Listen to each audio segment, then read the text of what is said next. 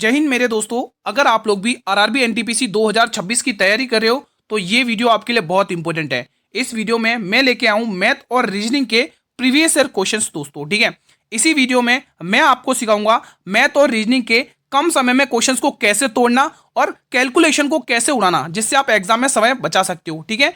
ये class graduate plus under graduate दोनों ही exam की तैयारी करने वाले स्टूडेंट के लिए बहुत इंपॉर्टेंट है, क्योंकि इसका एग्जाम 16 मार्च से स्टार्ट हो रहा है मेरे भाई। तो ये वीडियो आपके लिए बहुत इंपॉर्टेंट है, ठीक है दोस्तों। जिसको भी मैथ और रीजनिंग से डर लगता है ना दोस्तों, और जिससे ये नहीं होते, नई क्वेश्चंस बनते हैं, वो एक बार इस क्लास को लेकर देखें। आपका मैथ का डर भी दूर होगा और एग्जाम में क्वेश्चन की धज्जा उड़ाकर आओगे दोस्तों। पहला क्वेश्चन आपकी स्क्रीन पर है। यदि 9 और 51 का तृतीय अनुपात x है तो x का मान ज्ञात करना है। ये देख सकते हैं आरआरबी एनटीपीसी 12th लेवल में ये क्वेश्चन पूछा गया था। अब इस क्वेश्चन को जल्दी करने की निंजा टेक्निक क्या है दोस्तों? देखो, तृतीय अनुपात क्या होता है दोस्तों? b मल्टीप्लाई b अपॉन में a। आप इसको b स्क्वायर अपॉन a भी कर सकते हो। a अपना 9 है, b अपना 51 है। अब देखो कैलकुलेशन को कैसे तोड़ना है। तो 51 मल्टीप्लाई 51 कर लो और उसके बाद a। अब a में क्या लिखना है? 9 लिखना है। 9 को आप 3 गुणा 3 लिख लो दोस्तों। 3 गुणा 3 लिख लोगे। अब देखो 3 की टेबल से काटोगे 17 बार जाएगा और 3 की टेबल से काटोगे 17 बार जाएगा। अब झूठ मत बोलना, आपको 17 का स्क्वायर पता है ना? 17 गुणा 17 क्या होता है? 289 होता है। बताइए कितना समय लगा इस क्वेश्चन को करने में। तो आप कैलकुलेशन को ऐसे तोड़ोगे कम समय में और समय बचा के क्वेश्चन जल्दी बना लोगे। अब जैसे एक और क्वेश्चन आपकी स्क्रीन पर है, ठीक है। क्वेश्चन नंबर 3 बताइएगा। अच्छा 3 आ गया, कोई बात नहीं, सेकंड क्वेश्चन भी होगा, ठीक है।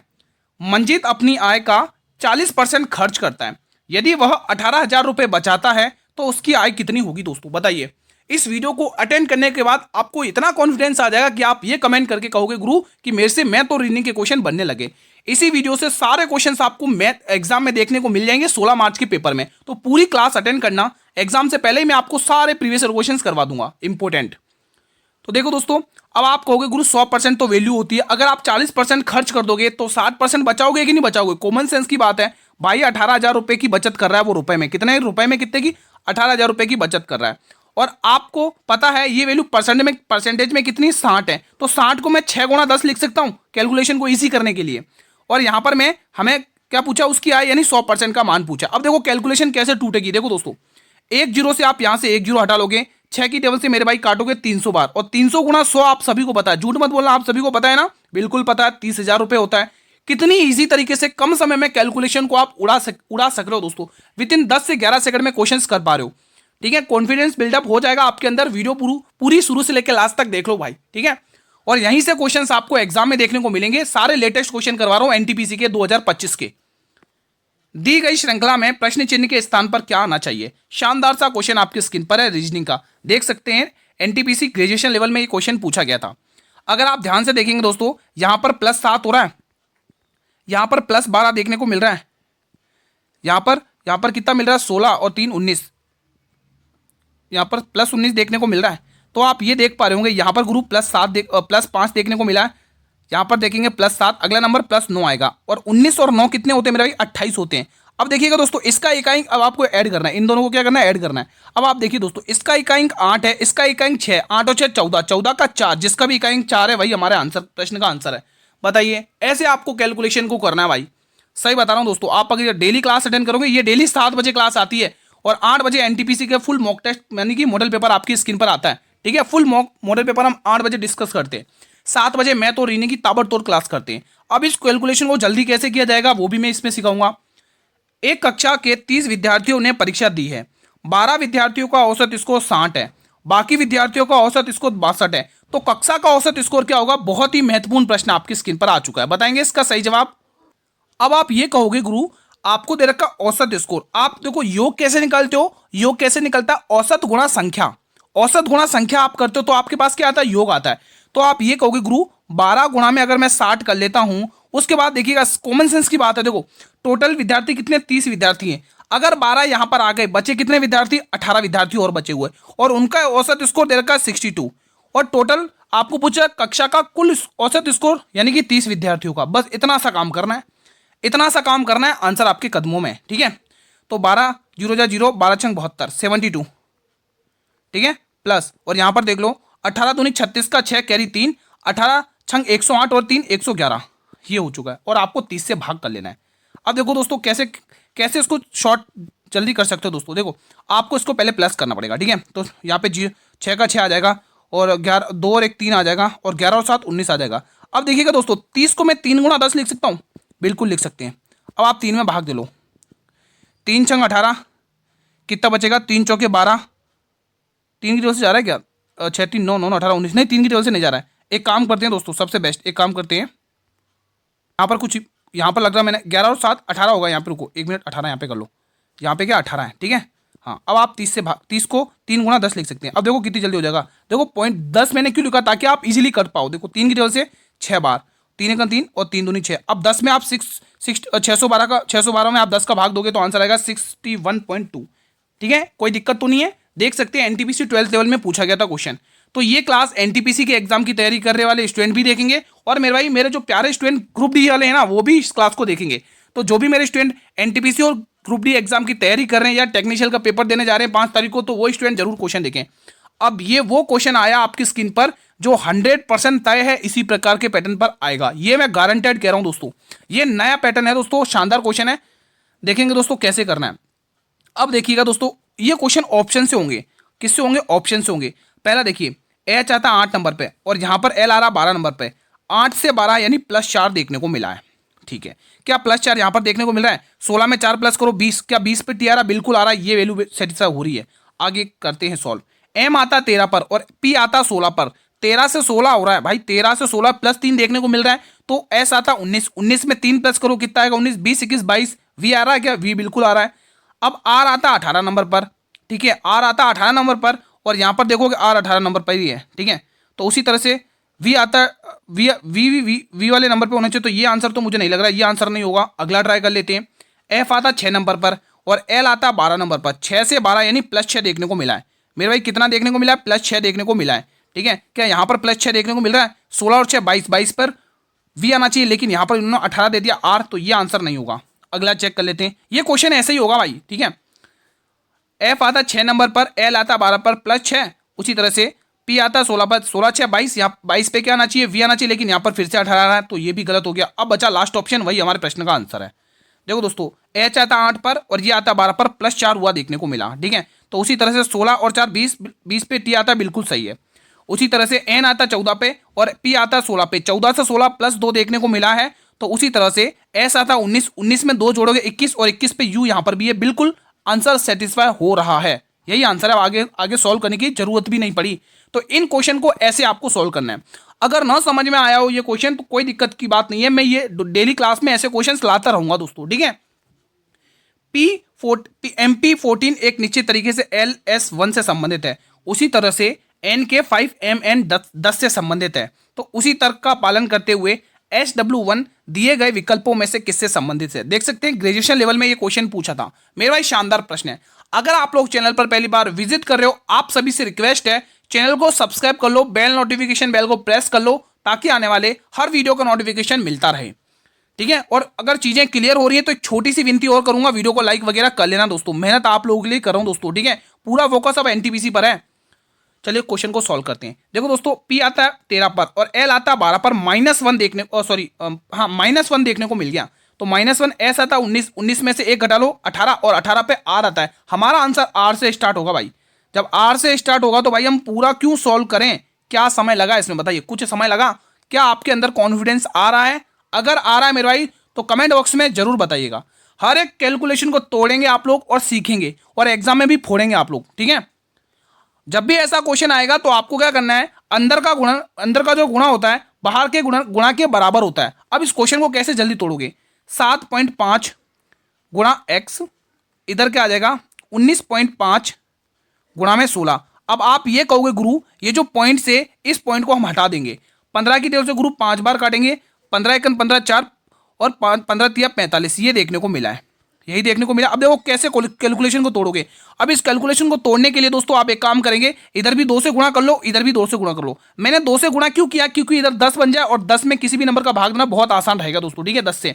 तो यहां पर देखोगे 13 दूनी 26, 26 में गुणा लिख लोगे 16, और आप इसमें 10 का भाग देखो। अब कितना ईजी हो गया, कितना ईजी हो गया। अगर आप 5 से भाग देते फालतू में कैलकुलेशन को लंबा और खींचते, ठीक है। अब कितना इजी हो गया। अब देखो दिमाग लगाना आप लोगों, देखो 6 चंग 36 यानी 6, और जैसे भाग 10 का दोगे तो 0.6 आएगा, इकाई अंक 0.6 एक ही ऑप्शन में। बताइए कितना देर लग रहा है मुझे कैलकुलेशन को करने में। ये तरीके आपको सीखना है और एग्जाम में क्वेश्चन को फोड़ना है। आप कहते हो ना मेरे को मैथ रीजनिंग से डर लगता है, मेरे से क्वेश्चन नहीं बनते, तो आप इस क्लास को एक बार डेली लीजिएगा, आपके अंदर बहुत इंप्रूवमेंट आ जाएगा भाई, सही बता रहा हूं। अंग्रेजी वर्णमाला क्रम के आधार पर दी गई संख्या में प्रश्न चिन्ह के स्थान पर क्या आएगा? मेरे भाई शानदार सा क्वेश्चन है, ठीक है। देखो 21 से 18 यानी -3 हो गया, 18 से 15 -3 हो गया, 15 में 3 घटाओगे 12, और 12 पे क्या था एल। हमारा आंसर एल से स्टार्ट होगा भाई, जब एल से स्टार्ट होगा तो 2 ऑप्शन गए। अब इसका लास्ट वाला ऑप्शन पकड़ो, देखो 6 से 3 -3, 3 से जेड -3, जेड से 26 से 23 -3, 23 से 20 यानी टी, एल से स्टार्ट होगा टी पर खत्म होगा। भाई आंसर आ चुका है। कितना समय लग पा रहा है? अगला क्वेश्चन देख सकते हैं दोस्तों, आपके ही एग्जाम में पूछे गए क्वेश्चन हैं ये सारे। अब ये क्वेश्चन देखेंगे, क्वेश्चन नंबर 10। उस त्रिक का चयन करें जो नीचे दिए गए त्रिकों का समान पैटर्न का अनुसरण करता है। दोनों त्रिक समान पैटर्न का अनुसरण करते हैं। देख सकते हैं ग्रेजुएशन लेवल में क्वेश्चन पूछा था। 5 से 7 +2, 7 से 9 +3 यानी +2 और +3 होना चाहिए भाई। +2 +3 कर लो, यहां पर भी देख लो +2 और यहां पर भी दोस्तों +3 देखने को मिला है, तो +2 +3 कर लो। 11 13 11 13 +2 तो हो गया भाई, यहां एक कंडीशन तो पूरी हो गई। 13 में 3 प्लस करो 16, और 16 पे पी दे रखा है, बिल्कुल दे रखा है। 12 से 13 +1 हो गया भाई, ये आंसर नहीं होगा क्योंकि इसमें +1 हो रहा है। 12 से 13 ये भी आंसर नहीं होगा क्योंकि इसमें +1 हो रहा है। बचे 2 ऑप्शन, ठीक है। आगे और ट्राई करते हैं। अब 2 ऑप्शन में +3 तो इसमें हो रहा था, +3 इसमें करके देखते हैं। 13 से 16 +3 यहां पर हो गया, +3 यहां पर हो चुका है, ठीक है। आगे और कंडीशन देखते हैं। अब अगला वाला पैटर्न लगा के देखते हैं दोस्तों, ठीक है। ए आता 1 नंबर पर, सी आता 3 नंबर पर, 1 से 3 हुआ है, +2 यहां पर भी देखने को मिला है, और 3 से 12 सी से 12 मतलब 3 से 12 हो गया, +9 है। अब अगला पैटर्न में +2 +9 करना है, क्योंकि हमें चेक किस में करना है, इस वाले में और इस वाले में ही तो चेक करना। 2 तो ऑप्शन ही नहीं है हमारे, ठीक है, आंसर ही नहीं है। तो 7 और 2 9, 7 और 2 9, 9 और 3 की 9, 9 और 9 18 यानी ये वाला ऑप्शन बिल्कुल सही जवाब। तो पहला क्वेश्चन आंसर आ चुका है, ऑप्शन नंबर ए। भले इसमें लगा के देख लो, 7 और 2 +2 तो हो रहा है, लेकिन 9 और 9 18 होता है, एस 18 पे आर आना चाहिए, लेकिन यहाँ एस दे दिया, इसीलिए ये गलत हो जाएगा। तो ऐसे आपको करना है। अगला क्वेश्चन, अब इस क्वेश्चन को दोस्तों 90% लोग गलत करेंगे, 90% लोग गलत करेंगे। गलती मत करना, छोटी सी मिस्टेक है भाई। एग्जाम में क्वेश्चन करके गुरुजी क्या पूछा, पहली 14 पूर्ण संख्या का औसत, ये लो भाई 1 2 ऐसे करके, ये 14 14 1 15 और 2 कर दोगे 7.5, आंसर आ चुका भाई। मजा आ गया भाई। भाई मैं तो क्वेश्चन करके आया भाई, बल्ले बल्ले हो गई भाई। भाई गलत हो गया ये क्वेश्चन, क्यों गलत हो गया, कारण अब सुनो ध्यान से। अब ये गलती एग्जाम में नहीं करना है, ठीक है। जिसको बेसिक कंसेप्ट पता है ना भाई, वो गलती नहीं करेगा, ठीक है। जिसको बेसिक कंसेप्ट पता है वो गलती नहीं करेगा। उसने कहा पहली पूर्ण संख्या क्या होती है गुरु, 0 से स्टार्ट होती है। होल नंबर क्या होते हैं, होल नंबर्स स्टार्ट विथ 0, ठीक है, 0 से स्टार्ट होते हैं, तो 0 से आपको स्टार्ट करना है, 0 1 2 ऐसे करके 13 तक लेना है, ठीक है। अब देखो दोस्तों, फर्स्ट वाला और लास्ट वाला प्लस करना है, तो 13 में +0 और 2 से भाग दे देना है, किससे, 2 से भाग देना है। तो 13 में 2 का भाग देखो कितना आएगा, 6.5, ऑप्शन नंबर बी। देखो ये आंसर आएगा। क्या सोचा था क्या निकला भाई, ठीक है, क्या सोचा था क्या आंसर निकला, गलत मत करना, ध्यान रखना। चलिए ये क्वेश्चन बताइए।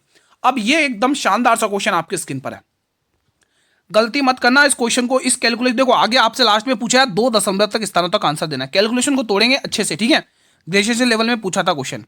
एक बिस्तर का अंकित मूल्य 517 रुपए है, यदि जो क्रय मूल्य से 30% अधिक है और 2% लाभ है, यदि छूट प्रतिशत ज्ञात, देखो छूट प्रतिशत ज्ञात करना है। देखो जब आपको प्रतिशत में आंसर पूछा तो इसका कोई मतलब ही नहीं, ये बच्चों को भ्रमित करने के लिए दिया जाता है मान, ताकि बच्चे इसको देख के कंफ्यूज हो जाएं और सोचने पर मजबूर हो जाएं। लेकिन आप मेरे स्टूडेंट हो, ऐसी गलती नहीं करना है। 3 चीजें गुरु होती हैं, कॉस्ट प्राइस, सेलिंग प्राइस और एमआरपी, मतलब कि क्रय मूल्य, अंकित मूल्य और विक्रय मूल्य हमारे पास होता है। उसने कहा है क्रय मूल्य से 30% अधिक है क्या, अंकित मूल्य। देखो अंकित मूल्य, ठीक है, तो क्रय मूल्य अगर 100 है तो ये कितना होगा, 130 हो जाएगा। कॉमन सेंस की बात है गुरु, 100% कोई भी वैल्यू होती है, 30% अधिक है तो 30 हो जाएगा, ठीक है। अब वो कह रहा है भाई 2% का लाभ है, तो 2% का लाभ यानी 100 पे 2% का लाभ 2 रुपए यानी 102 रुपए। अब आप देख पा रहे हो गुरु कितने की छूट दी जा रही है गुरु, 28 रुपए की। कितने की, 28 रुपए की। खबरदार जिसने भी अगर नीचे 102 लिख दिया, भाई छूट किस पर दी जाती है, छूट गुरु एमआरपी पर दी जाती है, अंकित मूल्य, तो नीचे 130 आएगा। क्या दोस्तों 130 को मैं कितना 13 गुणा 10 लिख लूं क्या, ताकि मेरी कैलकुलेशन इजी हो जाए। मैं 130 को 13 गुणा 10 लिख रहा हूं, ठीक है, 13 गुणा 10 लिख रहा हूं। और यहां पर मेरे को क्या पूछा है, प्रतिशत के लिए मुझे 100 का सिंबल लगा लेना है मेरे भाई, ठीक है। अब क्वेश्चन को सॉल्व कर लो। देखो एक जीरो से आप एक जीरो यहां से हटा लोगे तो आप हो गए 280/13 आ गया। 280/13 कितना आ गया? 280/13 आ चुका है। अब आप इसको सॉल्व कर लो, ठीक है। अब आप इसको क्या करेंगे? सॉल्व करेंगे। तो देखो 13 दूनी 26, 2 बचेगा 20 आ जाएगा, 13 कम 13 यानी 21 पॉइंट के समथिंग आंसर आएगा जो एक ही ऑप्शन में। किसी को कोई डाउट है क्या? चीजें क्लियर हो रही हैं?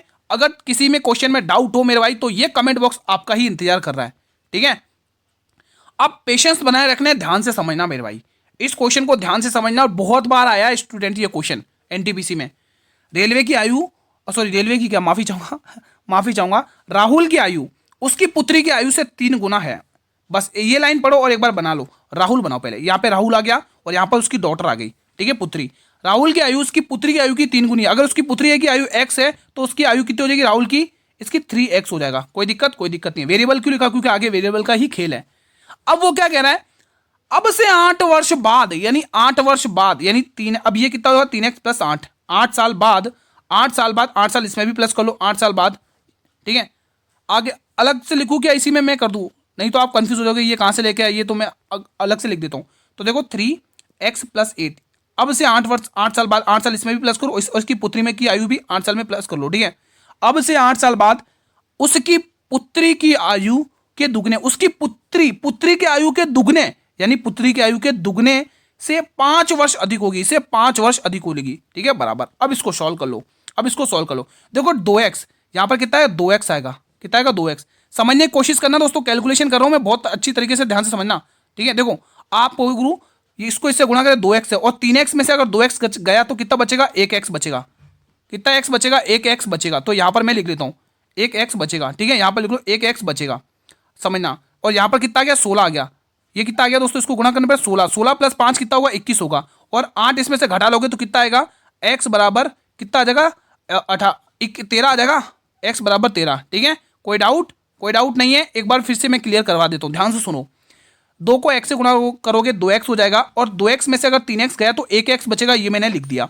अगर 2 को 8 से गुणा करोगे 16 आएगा, 16 में 5 जोड़ोगे तो 21 आएगा, और 21 में से प्लस का 8 इधर आके माइनस में हो जाएगा, तो 8 जोड़ो 13 आएगा।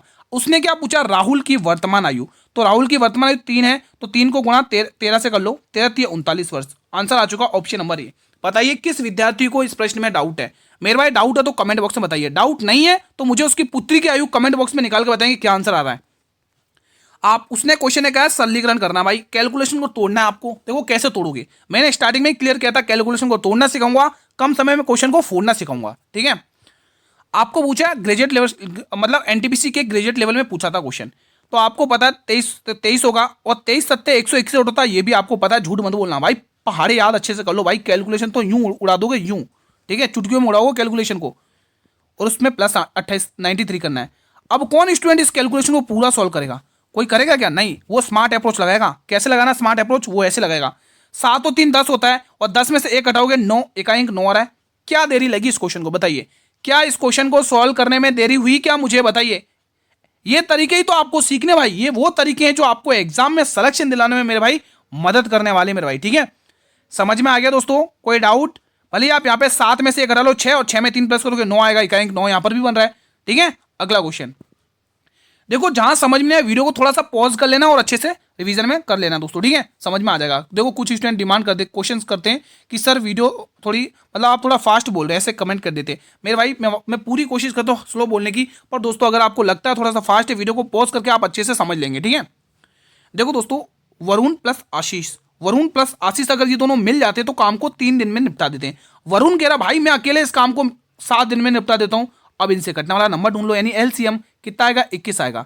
तो 7 × 21, वरुण और आशीष की मिला के क्षमता 7 आ रही है, और इस वरुण की अकेले की क्षमता 3 आ रही है।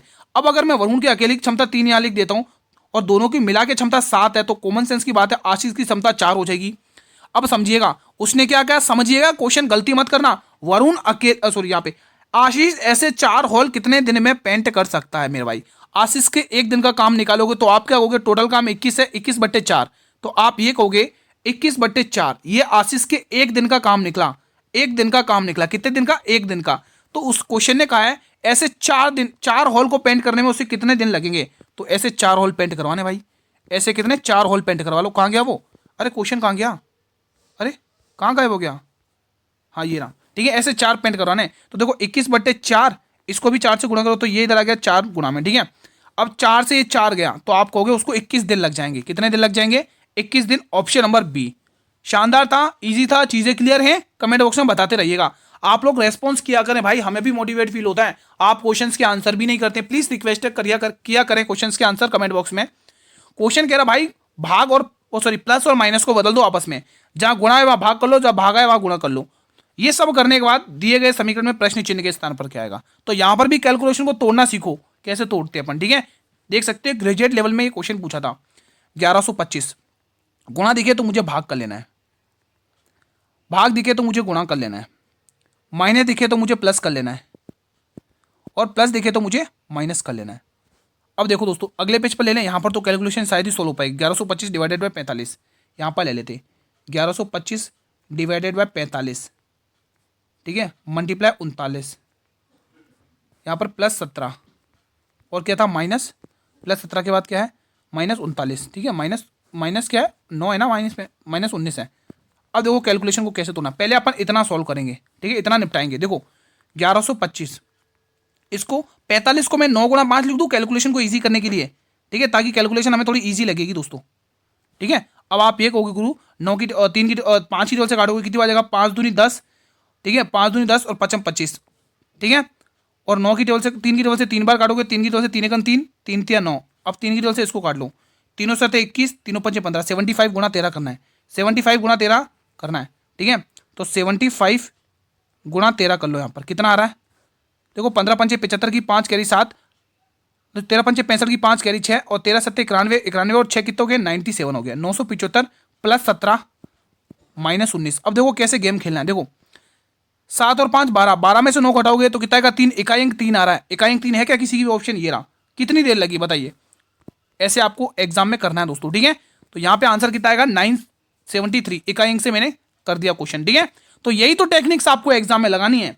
वो कह रहा है संपूरक कोण। संपूरक कोण क्या होते हैं, दुनिया के कोई भी दो कोण उठा लो, उनको अगर 180 डिग्री प्रूफ कर देते हो तो वो आपके संपूरक कोण हो जाएंगे। पूरक कोण क्या होते हैं, दुनिया के कोई भी दो कोण उठा लो जिनको 90 डिग्री प्रूफ कर दो उनका योग, तो वो क्या हो जाएंगे पूरक कोण हो जाएंगे, ठीक है। तो सप्लीमेंट्री एंगल्स क्या होते हैं, दुनिया के कोई भी दो एंगल्स जिनका सम अगर आप 180 प्रूफ करते हो तो वो आपके सप्लीमेंट्री एंगल हो जाएंगे, ठीक है। उसने क्या कहा क्वेश्चन में, तो भाई एक टर्निंग पॉइंट दिया है। उसने कहा बड़ा कोण छोटे कोण से 28 अधिक है। देखो बड़े कोण को मैं, लार्ज कोण को मैं एल से डिनोट कर रहा हूँ, स्मॉल कोण को मैं एस से डिनोट कर रहा हूँ। अब छोटा कोण देखो, बड़ा कोण छोटे कोण से 28 अधिक है, छोटा कोण एक्स है तो ये कितना होगा 2x होगा, ठीक है। अब इन दोनों का सम किसके बराबर होता है 180 डिग्री के बराबर होता है, अभी मैंने जस्ट बताया आपको, ठीक है। आपको 180 डिग्री के बाद मतलब छोटे कोण से 180 अधिक है ना, ये 28 अधिक है ना, 1 मिनट यहाँ पर, मतलब बड़ा कोण छोटे कोण से 28 अधिक है, यहाँ पे छोटे कोण से 28 अधिक है। अब आप इनको प्लस कर लेंगे, इनका सम किसके डिग्री किसके बराबर हुआ 180 की डिग्री। देखो 2x और ये 3x, अब ये प्लस का 28 इधर आके माइनस में आ जाएगा, ये प्लस का 28 इधर उठ के माइनस में आ जाएगा, 28 यहाँ से घटा लो, कितना बचेगा 2 बचेगा, और 17 में से 2 करो 15। अब आप यहाँ से काट लोगे, कुछ मिस्टेक हुआ क्या, छोटे कोण से 28 अधिक, अरे यार यहाँ पर मिस्टेक हुआ मैंने, यहाँ पे ये 2 नहीं आएगा, x प्लस 28 आएगा क्योंकि वो छोटे कोण से अधिक है, मैंने 2 लगा दिया, माफी चाहूँगा, ठीक है। तो यहाँ पर भी थोड़ा करेक्शन हो जाएगा, 1 मिनट रुक लो, एक बार मैं फिर से करेक्शन कर लेता हूँ, अच्छे से समझा देता हूँ आप लोगों को ताकि कन्फ्यूजन ना हो भाई। कन्फ्यूजन कोई डाउट मन में नहीं रहना चाहिए, ठीक है, डाउट मन में नहीं रहना चाहिए, समझ लेते इसको, कोई दिक्कत की बात नहीं है, ठीक है। तो देखो दोस्तों यहाँ पर क्या आएगा x प्लस 28 आएगा क्योंकि वो छोटा कोण है ना, बड़े कोण से बड़ा कोण है ना छोटे कोण से अधिक है 28, ठीक है। अब इन दोनों का योग कितना है 180 है। अब आप सॉल्व कर लो, यहाँ पर कितना होगा 2x आएगा, और ये प्लस का 28 इधर आके माइनस में कितना बनाएगा 152 बनाएगा, ठीक है, इधर आके माइनस में आ गया, ठीक है। तो 2 की टेबल से काट लोगे, 2 7 14 और कितना है 2 6 72, 76 डिग्री आ गया, ऑप्शन नंबर ए। अगला क्वेश्चन, आज थोड़ी क्वेश्चंस भी मैंने 22-23 रखी है, थोड़ा वीडियो लेंथ लंबी होगी तो प्लीज़ कोऑपरेट करिएगा। पृष्ठीय क्षेत्रफल ज्ञात करना है, व्यास दे रखा है तो इसका आधा कितना हो जाएगा, त्रिज्या निकाल दो, इसकी आधी कितनी हो जाएगी 49, इसकी त्रिज्या हो जाएगी। अब आपको पता है इसका क्षेत्रफल कितना होता है 4 pi r square, 4 pi r square, ये होता है इसका क्षेत्रफल। तो आप ये हो गया 4 गुणा में पाई का मान 22/7 गुणा में त्रिज्या का स्क्वायर यानी 49 गुणा। अब इस कैलकुलेशन को इतनी बड़ी कैलकुलेशन करेंगे क्या एग्जाम में, भाई हम एग्जाम कॉम्पिटिशन देने जा रहे हैं तो ऐसे हम कैलकुलेशन बड़ी नहीं करेंगे। मुझे इसमें पाई दिख रहा है 22, 11 का मल्टीपल देख लो, 3 और 2 5, 5 और 4 9, 8 और 3 11, ये आंसर नहीं है। 2 और 2 4, 4 और 6 10 और 9 5 14, ये आंसर नहीं है। 3 और 2 5, 5 और 4 9 और 9, ये आंसर हो सकता है। 3 और 1 4, 4 और 4 8, 8 ये आंसर हो सकता है। 2 ऑप्शन बचे तो 2 ऑप्शन नहीं है। अब हमें क्या देखना है, यहाँ पर देखो 22 गुणा 4 88 होता है और 88 में 8 छुपा हुआ, क्या छुपा हुआ, 8 छुपा हुआ। यहाँ पे 88 होता है और 88 में 8 छुपा हुआ है। तो 8 का नियम कहता है आखिरी के 3 अंक 8 से भाग करके देख लो। पहला सी वाला ट्राई करते हैं, 8 दूनी 16, 4 बचेगा, क्या 44 में 8 का भाग जाएगा, कभी नहीं जाएगा, आंसर आ चुका है। ये स्मार्ट अप्रोच लगानी और कैलकुलेशन की धज्जा उड़ा देनी है दोस्तों, ठीक है। अगला क्वेश्चन, 400 रुपए की राशि 5.5 साल के लिए 8% ब्याज की दर से उधार ली जाती है, साधारण ब्याज ज्ञात करना है। आपने क्या सीखा गुरु, दर गुणा समय बराबर साधारण ब्याज होता है। कितना होता है, दर गुणा समय बराबर साधारण ब्याज, यानी कि दर हमें कितनी देगी 8% की, समय हमें कितना देगा 5.5 का। तो आपको यहाँ पे ब्याज निकालना, 8 5 40 और 8 का था 4 44%, ठीक है, 44% निकालना है, ठीक है। किसका, ये 100 का मान है, तो 400 का मान है। आपसे क्या लिए 100% का क्वेश्चन, 100% का मान आपसे क्वेश्चन ने पूछा दोस्तों। किसका, 100% का मान पूछा दोस्तों, ठीक है। किसका मान पूछा, 100% को साधारण ब्याज ज्ञात करना है दोस्तों, ठीक है।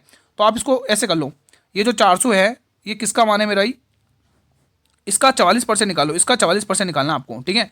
आपको इसका 44% निकाल लेना है, बस हो गया क्वेश्चन, हो गया क्वेश्चन सॉल्व। 2 0 से 2 0, 4 चौक 16 की 6, कैरी 1, 4 चौक 16, 16 और 1 17, 176 रुपये, ऑप्शन नंबर बी। बस इतना सा काम करना था। ये क्वेश्चन बताइए, शानदार क्वेश्चन है। एक भाई ने कमेंट किया था कि सर होमवर्क क्वेश्चन भी दीजिएगा, तो आज मैं होमवर्क क्वेश्चन लेके आया हूं आपके लिए, ठीक है। सलमान और विवेक ने मिलकर एक व्यवसाय में 45,200 का निवेश किया है। वर्ष के अंत में 16,000 रुपए के कुल लाभ में से विवेक का हिस्सा 6400 रुपए, उनके निवेशों में अंतर कितना है भाई। बहुत शानदार क्वेश्चन है। एक तरफ सलमान है भाई जिसको मैं एस से डिनोट कर रहा हूं, और एक तरफ विवेक है जिसको मैं वी से डिनोट कर रहा हूं। भाई समझने की कोशिश करिए, विवेक का हिस्सा आ गया 6400 रुपए। विवेक का अगर 6400 है कुल लाभ में से, कुल लाभ कितना 10,000, 16,000। अगर 16,000 में से 6400 रुपए अगर विवेक का है तो कॉमन सेंस की बात है 9,600 रुपए सलमान का रहा होगा। अब आप इनके अनुपात बना लो। 32 की टेबल दिख रही है मुझे, तो यहाँ पे 32 थी 96 होता है और 32 का 2 गुना दिख रहा है। तो यहाँ पर आपको देखने को मिल गया 5 रेशियो का मान। अब ये 5 रेशियो में क्या राशि बटनी है, 45,200 रुपये बांटने।